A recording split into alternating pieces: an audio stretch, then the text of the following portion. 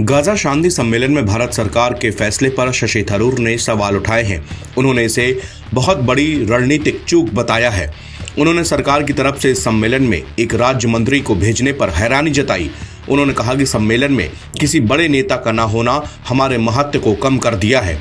उन्होंने कहा कि हम इसे रणनीतिक संयम माने या एक बड़ा अवसर चूक गए। बता दें कि मिस्र के शर्म अल शेख में गाजा शांति शिखर सम्मेलन चल रहा है और इस सम्मेलन का प्रतिनिधित्व विदेश राज्य मंत्री कीर्ति वर्धन सिंह कर रहे हैं।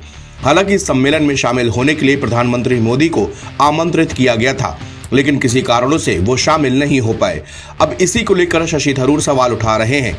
उनका कहना है कि इस सम्मेलन में अमेरिकी राष्ट्रपति डोनाल्ड ट्रंप समेत दुनिया भर के दिग्गज नेता शामिल हुए और अपने अपने विचार भी रख रहे हैं, लेकिन हमारे यहाँ से एक राज्य मंत्री का वहां भेजा गया, जो कि बहुत ही हैरान करने वाला है।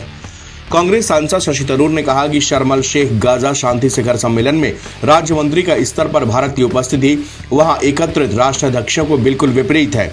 रणनीतिक संयम या चूक हुआ अवसर। यह कीर्तिवर्धन सिंह की योग्यता पर कोई टिप्पणी नहीं है, उनकी योग्यता पर कोई प्रश्न नहीं है, लेकिन उपस्थित दिग्गजों की मौजूदगी को देखते हुए भारत के इस निर्णय को रणनीतिक दूरी को प्राथमिकता देने के संकेत के रूप में देखा जा सकता है, जो हमारे बयानों से जाहिर नहीं होता। केवल प्रोटोकॉल पहुंच के कारण पुनर्निर्माण और क्षेत्रीय स्थिरता के मुद्दे पर शिखर सम्मेलन में भारत की आवाज का उतना महत्व नहीं रह सकता जितना होना चाहिए था। एक ऐसे क्षेत्र में जो खुद को नया आकार दे रहा है, हमारी सापेक्ष अनुपस्थिति हैरान करने वाली है। गाजा शांति सम्मेलन में 20 देश शामिल हुए। अमेरिका, कतर, फ्रांस, मिस्र, तुर्की, यूके, स्पेन, इटली, यूरोपीय संघ, अरब लीग, संयुक्त अरब अमीरात, Jordan, Kuwait, Bahrain, Indonesia, Azerbaijan, Germany, Greece, Armenia, Hungary, Bharat, Pakistan, Canada, Norway, Iraq से भी प्रतिनिधि उपस्थित हुए। हमास की कैद में जिंदा बचे इजरायली बंधकों की रिहाई के साथ ही गाजा युद्ध भी समाप्त हो गया। इस युद्ध के खत्म होने का ऐलान अमेरिकी राष्ट्रपति डोनाल्ड ट्रंप ने किया। इसके बाद पूरे इजराइल में जश्न मनाया गया है। इस जश्न में हर इजरायली शामिल है। सड़कों से लेकर घरों तक उत्सव का माहौल है। इजराइल के लोग हमास की कैद से लगभग 2 साल बाद रिहा हुए बंधकों का स्वागत करने के लिए उमड़े। हर तरफ इजरायली झंडे फहराए जा रहे हैं।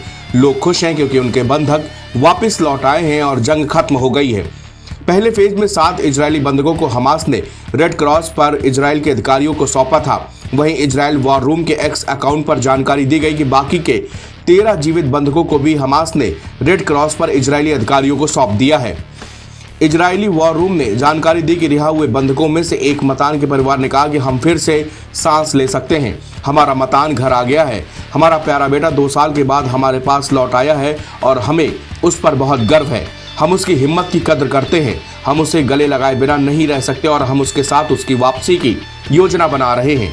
इजराइल की सड़कों पर जश्न का माहौल दिखा। हर कोई देश का झंडा लिए खुशियां मना रहा था।